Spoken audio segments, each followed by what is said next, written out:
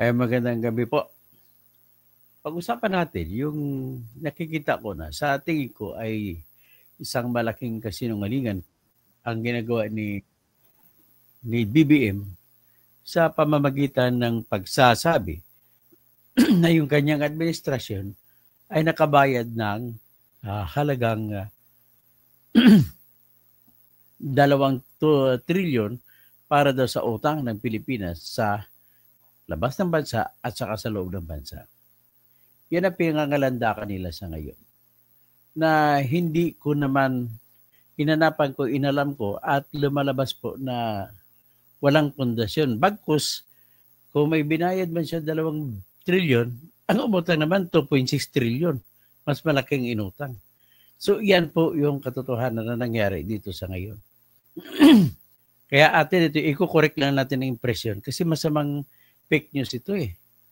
Ito po yung napakasamang fake news na nangyayari. At sila ay naglalansag ng fake news kuno, pero sila rin ang lumalabag sa kanilang nilalansag. At klarong-klaro na fake news ay palalaguin pa. So ano ibig sabihin nito? Kumbaga, para nakikinita nila na iyon po ang dahilan kung bakit bumabagsak si BBM. So, di ba nagdagdag pa sila ng mga spokesperson para ang kanilang habol dyan ay matigil ang pagbulusok ng pag-approval rating ni BBM. Si BBM kasi po ay mayroong pangarap na magiging 20 pesos per kilo na bigas. Alam mo, malapit niya na maaabot. Malapit niya na maabot ang pangarap niya. Alam mo ba? Alam mo ba, Julie, kung lalapit na maabot ni BBM ang pangarap niya maging 20 pesos sa bigas? Hindi kasi, bumagsak na po ang rating niya, 25. 5 na lang, pantayin niya na, abutin na 20 pesos. Bumagsak na po ang rating niya, naging 25%. So, 5 na lang, maging 20 na. At matutupad niya na pangarap niya na magiging 20 pesos sa bigas. Pero sa totoo lang, totoong kwentuhan lang, pag umuwi kayo sa amin sa Mindanao, sa Agusan, sa Bukidnon, kahit saan sa Mindanao, sa Cotabato, ang mas mahal pa doon. Bumili ako ng mangustin, 5 piso ang kilo. Bili ako ng mas mahal ang lansunis doon sa 10 piso ang kilo. Tapos yung ang iba pang mga rambutan mga 10 piso din ang kilo. Basta season ay parang tinatapon na lang ng mga may tanim doon eh. Kasi sobrang dami. Dapat pinapaabot ito sa Pilipinas, sa Maynila. Pero anyway, maabot na po, malapit na maabot, matupad ang pangarap ni Bongbong na maging 20 pesos. Maging 20, huwag pesos. Kasi ang rating niya ay 25, sa sunod na buwan baka 20 na yan. Yan lang po ang aking masasabi. Kaya so naging bumababa pong rating ni BBM po. Ito pong dahilan nakikita ko. Wala naman kasing mangyari kahit sino magaling na spokesman ilagay nyo dyan. Ang spokesman mo po, ang papel nila sa buhay ay magsasalita, magsasabi ko ano nakikita na katotohanan. Hindi mag-imbento ng katotohanan.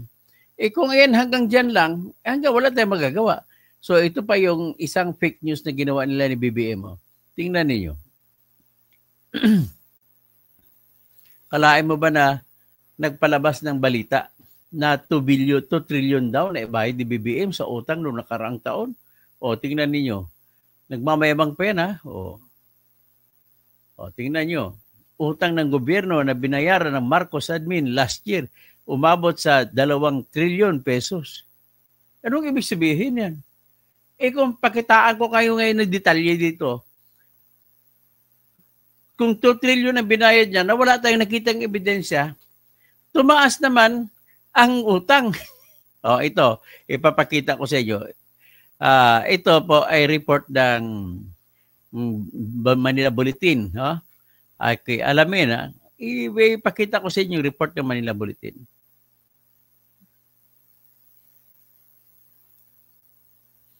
Ang hirap kasi magkwento kayo ng kwento. Hindi naman totoo eh. O, ito sa Manila Bulletin. Balita, kasi balita, may-ari ng balita, Manila Bulletin din. So, sabihin, alamin, magkano ba ang nadagdag ng PBBM admin sa utang ng Pinas sa loob ng 2 taon? O, yan ang tanong. O, ito kayo, sagot. Babasahin natin. Okay. Nagsimula sa panahon ni Duterte, nilipat kay BBM, ang utang po, Julie, sa panahon sa Pilipinas, sa panahon ni Duterte, nang binigay niya kay Bongbong Marcos ay 12.89 trillion. Tandaan niyo, 12.89 trillion. Yan pong utang ng Pilipinas na binitawan ni Duterte ang Pilipinas. Next month, August, ang 12.89 naging 13.02. Si BBM na nangutang yan. Sa tingin mo ba may binayad si BBM ng utang? Sa kanilang utang natin, may binayad ba? Kung ako tanungin mo, may binayad pero kulang kasi umakyat nga ang utang eh. Kumbaga sana, kung 12.89 trillion, kung may binayad siya, Julie, dapat bumaba ang utang. Naging 11 trillion o 12.6 trillion, dapat gano'n. Hindi. Umakyat pa ng 13.02. So, ibig sabihin, ito po yung katibayan na hindi maganda ekonomiya sa panahon ni Bongbong. Tapos September, isang buwan na nakalipas, yung 13.02 trillion, umakyat naging 13.52 trillion. Ibig sabihin, kalahating trillion ang inutang ni BBM. Oh, kung may binayad man siya, ang suma total ay may utang pa na kalahating trillion. O ito, sa October 2022, 13.52 ay umakyat sa 13.64.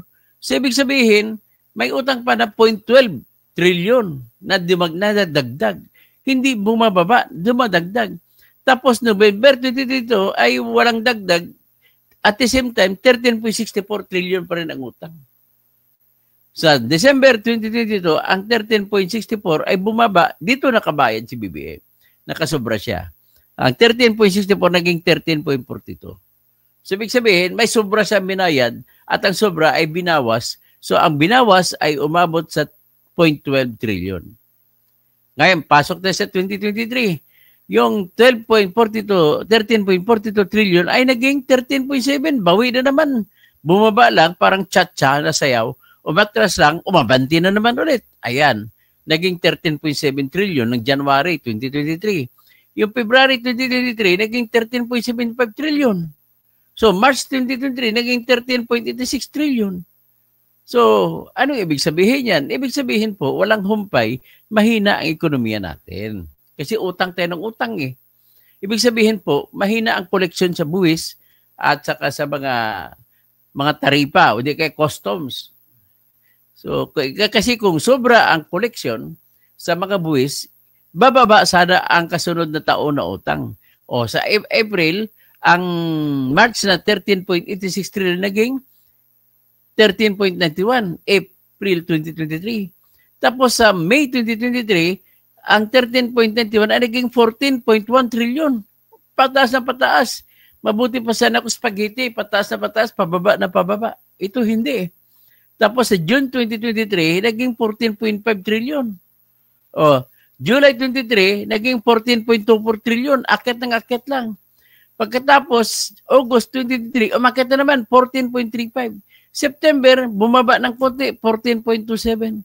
October, ay umakyat naman sa 14.48. Pinadama lang, tapos akyat naman, tumalo na naman. O. Tapos sa November 2023 ay 14.51, umakyat na naman. Tapos December 2023, umakyat sa 14.62 trillion ang utang.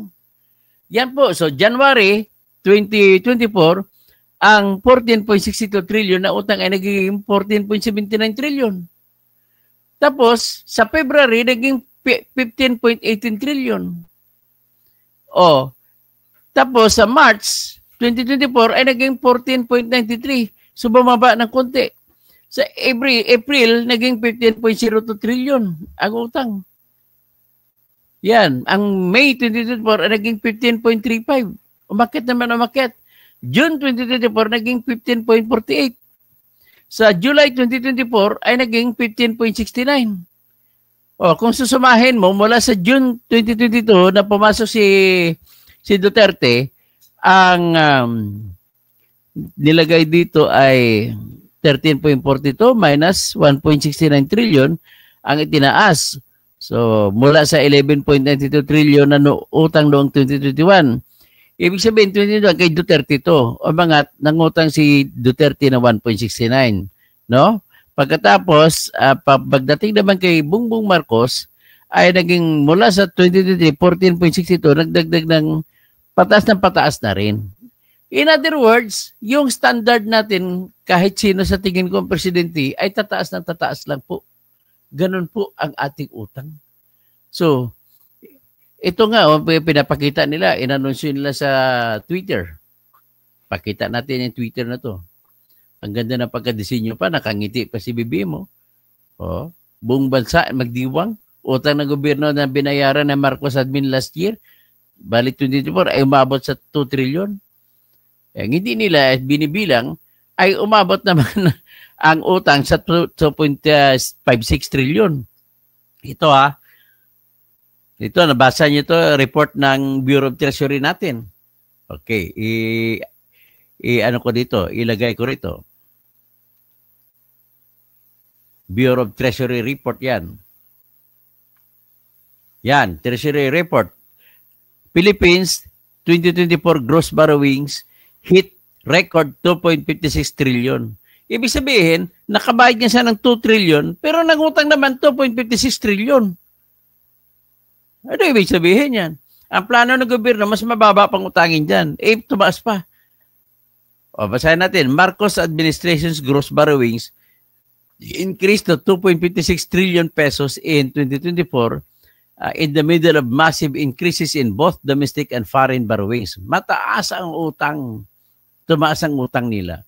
Yan ang pagpasok ni Ralph Ricto. Walang ginawa si Ralph Ricto kundi mangutang na mangutang.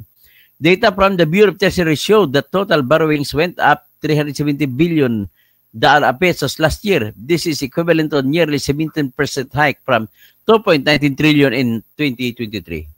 Yan. So, ibig sabihin, yung mga inanunsyo, nag-anunsyo pa kayo na walang kwenta. Oh, dito sa 2024, report naman to galing sa Philippine Star, ipakita ko, dapat, kung nabayaran natin on schedule ang utang, dapat 100% ang bayad natin. Pero tingnan nyo ito. Oh. Ito sa report ito sa Philippine Star. Oh. Government, sa 2024 pinag-usapan natin, ang nabayaran lang 91.6%. Yan ba ang 2 trillion? Hindi umabot sa 100%, dapat 100% na utang binayaran. O hindi naman nakabayad pala eh. O ngayon, tingnan natin dito ngayon. Dito sa datos. Ito, ilagay ko rito yung front page ng Bureau of Treasury para malaman nyo kung magkano utang natin sa ngayon. Sa ngayon na nag-uusap tayo para makita naman ni Hi, Teacher Mark reacts. Ito. Makita nyo kung magkano inutang natin. Ayan. Ito. National government debt remains manageable at 16.3263 trillion as of end of February. February pa lang yan, hindi pa kasama ang March. April na tayo ngayon. Kung mag-read tayo ng full report, balikan natin.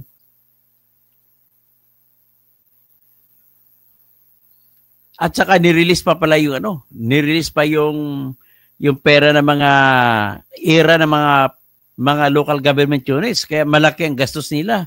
Nangutang sila. Ayan, read the report.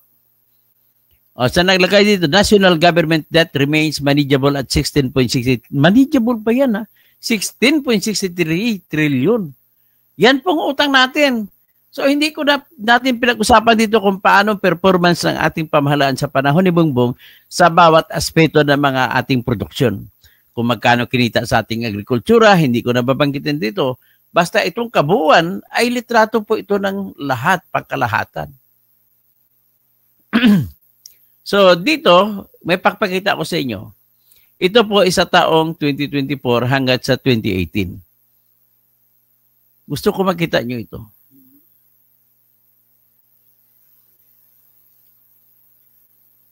Ito.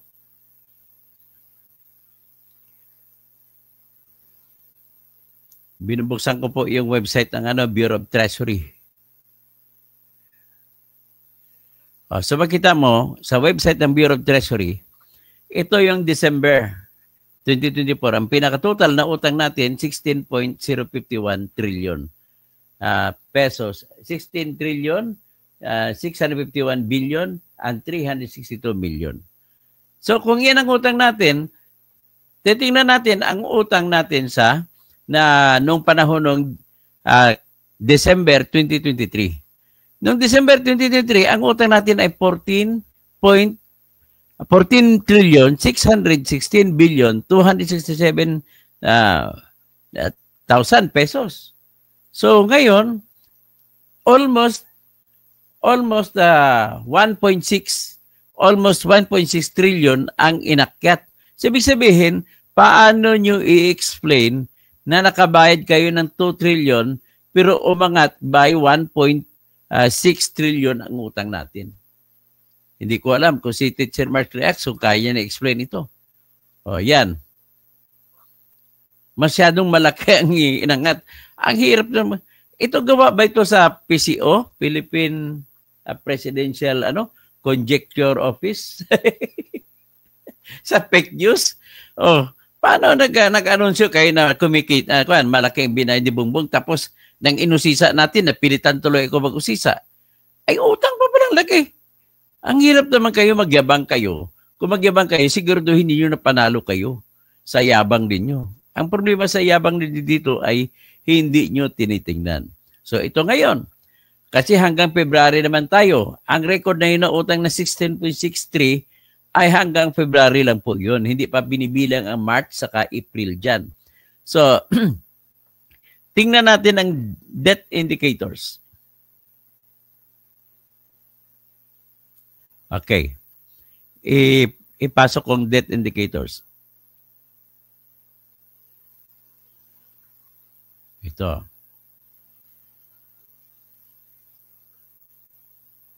Ito. Debt indicators ng bayan natin. Tingnan mo. Palakihin ko. Uy, sana ba yun?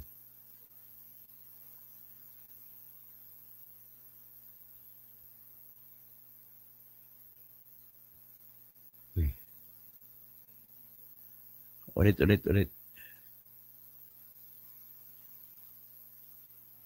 Ayan. Debt indicators. Sa February 20, January 2025, ang local debt natin ay saan napunta? So, 11 trillion type of liability, internal debt, external debt. So, yan po yung hiwa-hiwalay ang utang sa loob ng bansa at saka sa labas ng bansa. Dito tayo maghanap ng isa pang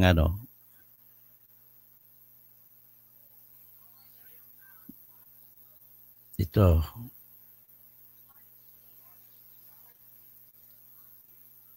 Ito pa isang datos ng Bureau of Treasury. Sa Bureau of Treasury na datos dito, debt indicators din ito nakalagay. Ang total na utang natin sa ngayon, sa February, ay 16 trillion, 632 billion, 29 million. Yan po yung utang natin.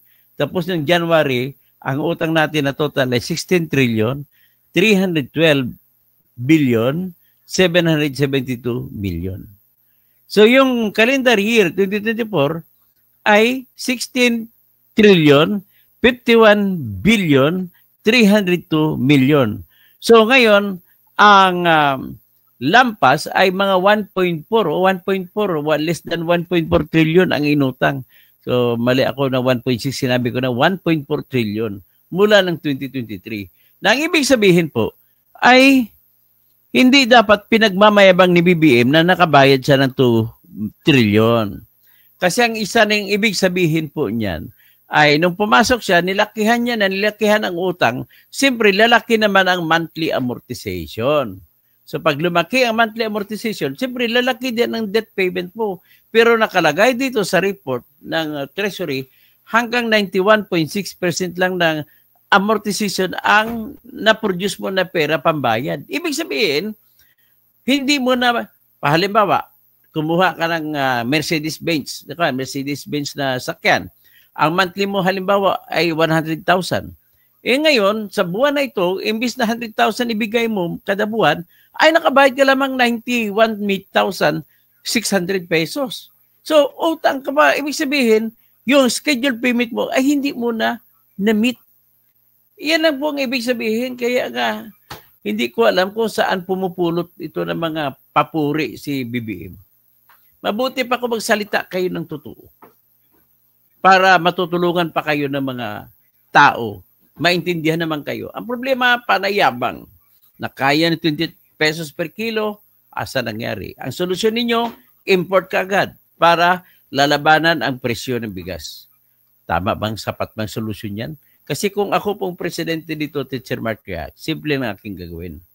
Although mayroon tayong tinatawag na palliative solution na sa pamamagitan ng pag-import ng marami, bababagsak ang presyo, but then I will devote much of my resources o mga pera ng pamahalaan, doon ko yan ibubuhos sa agriculture.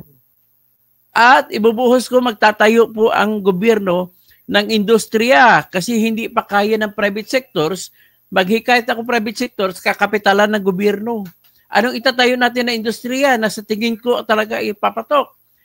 Panahon na po ngayon ng revolution ng solar panels. Magtayo tayo ng solar panels marami. At magtayo rin tayo ng electric vehicles, motorcycle na electric vehicles, tsaka yung mga trike. Lahat electric na ngayon, lahat lalaban tayo, lalaban ang Pilipinas. Hindi natin kayang labanan yung mga mag-import tayo ng langis. Pagkatapos, gagawa rin po tayo ng battery, mga lithium battery, kung ano pang ibang klaseng battery.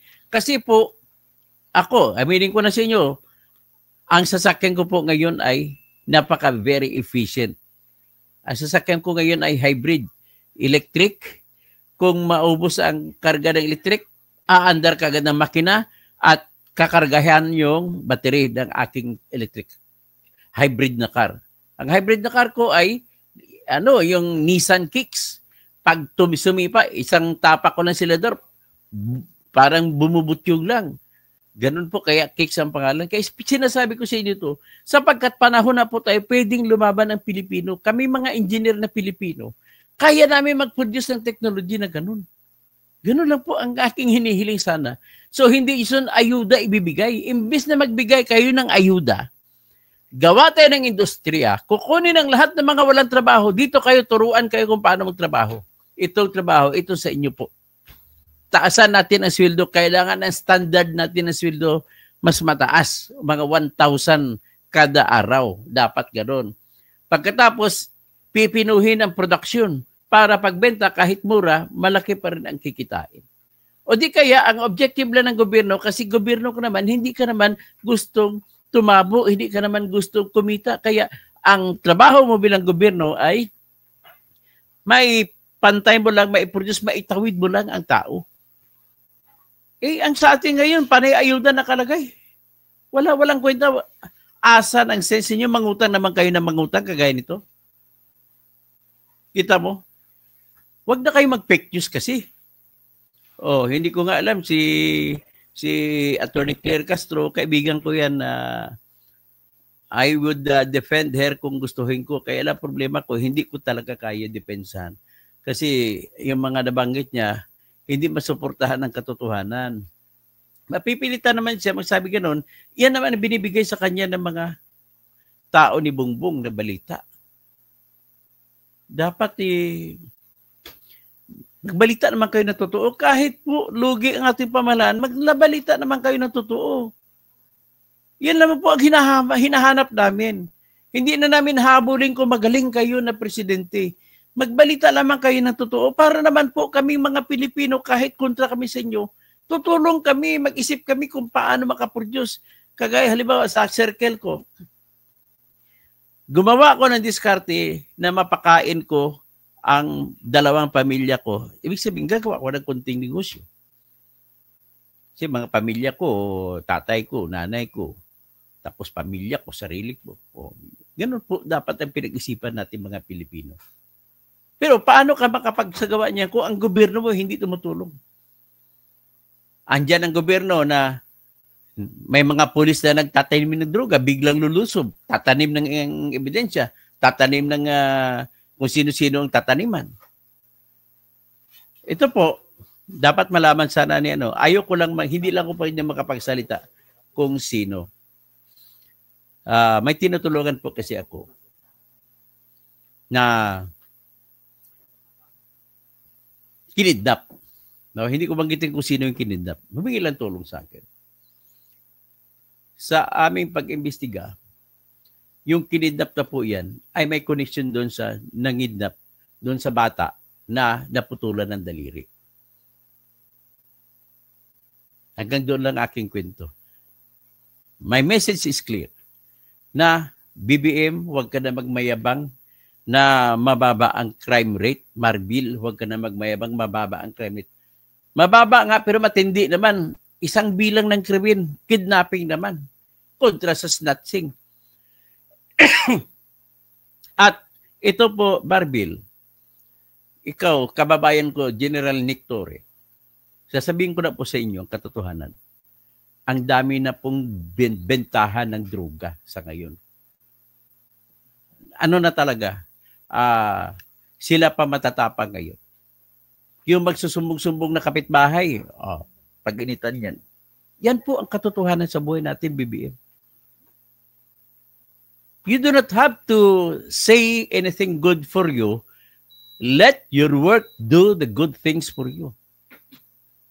These good works will speak so loud for your administration, Mr. Bongbong.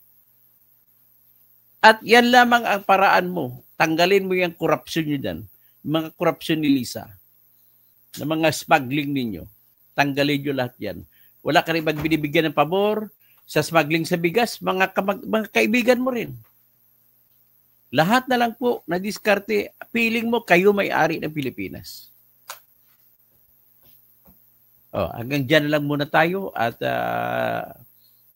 at least alam niya, ang mission ko lang dito, isampa lang sa mukha ni BBM ang hindi totoo o mga fake news na ginagawa nila. Nagpe-produce ka fake news para mananalo mga kandidato mo. That's not the way. Aresito Ibay, umutang, nagbenta po ng reserve gold. Hindi pa natin pinag-usapan ng reserve gold yan. Tetsen Mark Reacts, 2024, ang utang natin ay 2.6 trillion. Ang ibig po sabihin, utang yan, hindi pa kasama yan yung, halimbawa, kung wala yung tinatawag na 89.9 billion na PhilHealth, dagdag sa utang yon. Kasi kinuha nyo yun eh. Kinuha din ninyo ang 117 billion pesos na pundo na nanggaling sa Philippine Deposit Insurance Corporation. Kung hindi kayo nakakuha, dagdag utang yon. Ganun po ba? Tapos, nagbenta pa kayo ng gold. Ang kwento ninyo, natural lang magbenta ng gold para habulin ang presyo ng peso laban sa dolyar. Mukhang hindi po kami kumbinsido sa kwento ninyo. Talagang sinadya nyo magbenta ng reserve gold ng Bangko Sentral para panghabol ninyo sa inyong scheduled payments. Kasi ang katotohanan ng buhay, bumabagsak na po negosyo, marami pong ibang negosyo na hindi na tumatakbo. At kung hindi tumatakbo, wala nang makukuhang koleksyon para sa buwis. At kung wala ka makuhang koleksyon sa buwis, anong ginagawa ng gobyerno? Natural. Kahit sino pang presidente, uutang. Ang pamamaraan nila po ng pag-utang, ganito po yan, para maintindihan ninyo. Ako po yung, halimbawa, yung hepe ng Bureau of Treasury. Wala, magtatawag sa akin si Ralph Recto. Manager, kulang yung budget natin ngayon para sa sunod na buwan. May takbuhin pa tayo, may election pa tayo. May kung ano-ano pa, may pabibigay pa tayong ayuda. So tatawagin sa akin ngayon, ako yung president ng Bureau of Treasury. Anong gagawin ko? Magpipirma ako ng papel, gagawa ako ng maraming cheque. Ang tawag niya na cheque ay treasury warrants at saka treasury bills. Ibebenta ko ngayon yan, parang cheque yan na nagre-rediscount. This time, nakikita mo, ang pamahala natin nagre-rediscount. Nagbibigay ng mga cheque. Yung 100 billion na cheque, pipirmahan ko bilang Bureau of Treasury ng Pilipinas, ay sovereign debt yan. Garantisado na sovereign wealth natin. Ibebenta ko sa iyo, bibilhin mo lang ng 90 billion at pag niredeem mo na sa akin, next month, kukunin mo ng pera mo, ang 90 billion na kapital mo magiging 100 billion. Ganon po yun ang utangan ng gobyerno. Para silang nagre-rediscount ang gobyerno. Okay? At sana maintindihan na ninyo kung anong kalakaran na ating pamahalaan. Kaya, natural po na source ng pera natin kasi kailangan natin ng industriya natin na bumili ng mga ingredients mula sa ibang bansa. Kung bibili ka sa ibang bansa, ano ang ginagamit mo na pera pambayad sa ibang bansa? Dolyaris po. So saan ka ngayon kukuha ng dolyaris kung wala na tayong dolyar? Pasalamat tayo, meron tayong mga mahigit 3 million o 2 million mahigit na OFW na nagpapadala ng pera sa tuwing papadala lang ng dolyar. Doon tayo nakakakuha ng gagamitin natin para ibili ng mga goods mula sa ibang bansa, mula sa China, mula sa kung saan. So bibili ka ng laptop, bibili ka ng cellphone, lahat ng produkto, gagamitin mo ngayon yung dolyaris na pinadala ng mga Pilipino na OFW. Kaya alagaan po ninyong OFW. Kasi pag dumating ang panahon na wala nang gustong pupunta sa abroad, mind you, wala na tayong magagamit na pondo. Hanggang dyan lamang at maraming salamat po. Magandang gabi sa lahat. Anisito Ibay, umutang, nagbenta pa ng reserve gold. Tama po yan, Lani Vargas. Pinagbenta na lahat ng properties ng gobyerno. Yan, Project Directo. Cassandra Daisy, kung sa sasakyan yan, mahina mata na ang sasakyan. Tapos, marimata ng sasakyan. Kung sa sasakyan, tama po kayo, Cassandra Daisy. Kulang pa rin ang monthly payment. Bankrupt. I think bankrupt. Ibig sabihin talagang bankrupt na tayo. Nangutang na naman tayo para ipambayad doon sa ibang utang. Ganon po nangyari. Presperis, bengi. Asa ng pagbabago sa bagay, dumami ang krimen. Ang dami po ngayon ng krimen ng kidnapping po. Matindi ang kidnapping. So Anisita Ibay, Dr. Toto, I'm one of them na sinasabi ninyong OFWs from UK. Kung hindi po kayo nagpapadala sa araw-araw po, wala, tumba na po ang Pilipinas. Kaya pasalamat kami mga OFW sa inyo sa mga OFW. Sa aking mga kapatid, no, dating OFW, kung buhay pa. Dati sila ang isa kong kapatid sa Texas, nurse doon, namatay siya sa COVID. Ang isa kong kapatid ay nang pinakahuling trabaho niya, naging administrative officer sa Palau, sa Daewoo Company, sa construction era ng Palau Republic. Elizabeth Dizon, bakit kay Marcos ang lahat ng sisi? Siya po kasi ang presidente at siya po ang nagsimula ng lahat yan at siya lang may decision kung uutang o hindi. At siya rin na may decision kung ano ang proyektong gagawin at kung ano ang pagpatakbo at kung magbibigay ba ng ayuda o hindi na dinesisyonan niya. Well, that's it. So Elizabeth Dizon, hindi lang si PB mang umutang, lahat ng presidente. Opo, ano na nga tayo. Nagkikwenta nga lang, pinakita ko lang sa iyo yung panahon ni Duterte na binigay ni Duterte. Ang utang nasa 12 plus trillion lang. So Lani Vargas, monthly debt pero walang project. Ayun nga, puro walang project. Tapos paano na pala yung pinautang ng South Korea na Export-Import Bank na magpapatayo ng mga tulay sa gitna ng Panay Island, sa Negros, sa Guimaras. Tapos kinuha pa yung pera ng 89.9 billion ng PhilHealth para kuno itustos dun sa pagpagawa ng mga tulay. Rogelio Tapado, watching from Los Angeles, California. Rojon Laenta, Cassandra Daisy, Batangas, isip muna kayo, iba naman tapos Maria Alexander Tugas, Attorney General Kausing, kaya natin to. Tapos Teacher Mark Reacts, inikot lang yung utang, nagdiwang sila. Tama ka, paikutin pa nila tayo. Marunong din kami tumingin kahit hindi kami accountant. Maria Alexandra Togas, good evening, attorney. Armando David, mabuti na lang tinalakay mo ang tungkol sa utang. Pinagyayabang ng ilang pro-admin, vloggers na nagbayad ng admin ng nagbayad niya 2 trillion. Kahit sabihin natin totoo, ang utang 2.6 trillion naman. Ano mangyari? Ay, nako. Cassandra DC, tuloy na ang nakawan. Tuloy po, Maria Alexandra Togas, magandang gabi, attorney engineer. Meme Authority, good evening, sir. Teacher Mark Reacts, mapapahaw ka na lang talaga, Doc. Proud pa sila dyan. Bernardo Minjola Idnaragim, good evening, Kabunyog. Tulungan man po ang aming grupo na Bunyog para manalo po kami. Sana makahabol kami. Kaya nga ang mga lahat na naniniwala sa akin, don't look at me as anybody else but as someone who is rooting for and helping Bunyog to get a seat in the Congress. Kasi sa Kongreso, pag mayroon ng seat, yan po ang unang pangarap ng Bunyog. Magpapatayo ng industriya.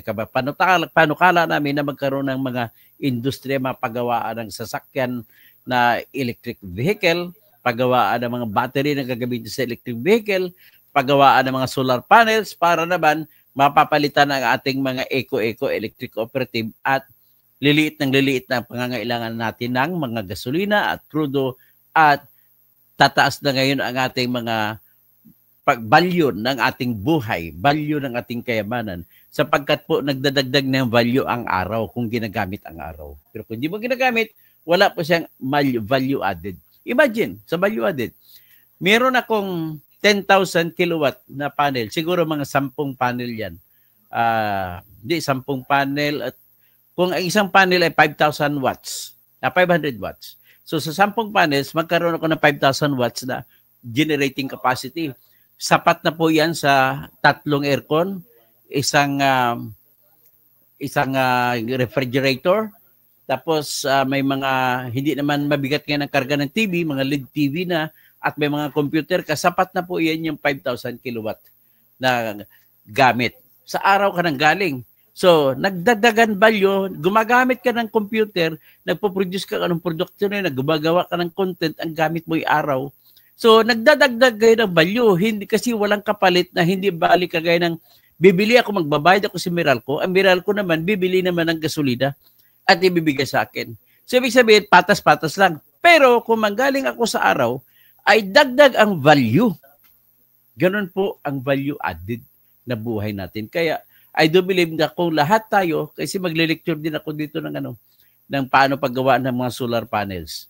At para naman yung nakikinig, kayo naman mag-DIY lang kayo, do it yourself. Paano paggagawa ng inyong, gagawa ka, pang-dalawahang aircon. O di ka pang isahang aircon. Sa aircon, yun ay pwede 700, kung 1 horsepower ay 746 watts lang yan. So, pwede ka makagamit ng dalawang solar panel. Isang solar panel lang na 500 watts, pwede na yun. Ikabit mo ngayon sa battery. Ang battery naman, kargahan ng solar panel na positive-negative. Pag mapuno ang battery, lalabas ang kuryente ng battery, idaan mo na sa inverter, i-convert niya sa alternating current. At doon sa alternating current na 220 volts, doon mo isaksak ngayon ang mga computer mo, ang iyong aircon. So ganun po, sinasabi ko lang yan bilang engineer. At para naman po lahat kayo makapag-isip, sigurado ko liliit ang gastusin ng dolyares sa pagbili ng mga pag-angkat ng mga lagis. So maraming salamat sa lahat, no? At hanggang nyo lang tayo, si Lani Vargas watching from UK. Dito sa bahay namin, may solar energy every 6 months. Wow, maganda naman. Tapos, Amando David, ang GSIS pension po, hindi man sensible ang increase. O, ang nanay ko, bago namatay, 5,000 a month lang ang pension sa GSIS. Kasi nung panahon siya nag-retire siya, 5,000 lang ang sweldo niya. So, yan lalagay hanggang sa namatay niya. Hindi bali. Lani Vargas, Dr. Toto, next time, talakayin ninyo sino speaker. Simulat Gloria Macapagal, yun, tama, talakay natin para malaman natin sino ang culprit sa lahat na ito. Astra Kausing, good evening. Anisita Ibay, Dr. Toto, I'm one of them sa sinasabi ninyong OFWs from UK. O nga, so lahat kayo talagang totoong mabayani kayo. Totoo lang. So hanggang magandang gabi po sa lahat at kasunod naman po na ating pag-usapan. Please lang makisuyo ako, i-share ninyo sa inyong mga kaibigan itong ating talakayan para naman malalaman nila kung paano ang takbo ng ekonomiya natin. Sinisimplify ko lang po ang patakbo ng ekonomiya. Hindi po ako ekonomista, ako po ay civil engineer, pero nakakaintindi ako. At hindi rin po ako accountant, pero nakakaintindi din ako ng computation ng mga debit credit. At anyway, yung computation ng mga accountants ay plus minus na naman yan. Hindi kagaya sa amin sa engineering na mayroong gumagamit pa kami ng integration saka differential calculus. So gumagamit din kami ng mga marami, komplikado, mga kung ano pa, mga physics computation o kung ano. Kaya mga dito sa atin programa po, sisimplihin ko lahat na maintindihan ninyo lahat. Oh, magandang gabi po. Baby, magandang gabi po. Ayusin mo po ang trabaho mo. Kay Ma'am Claire Castro, magandang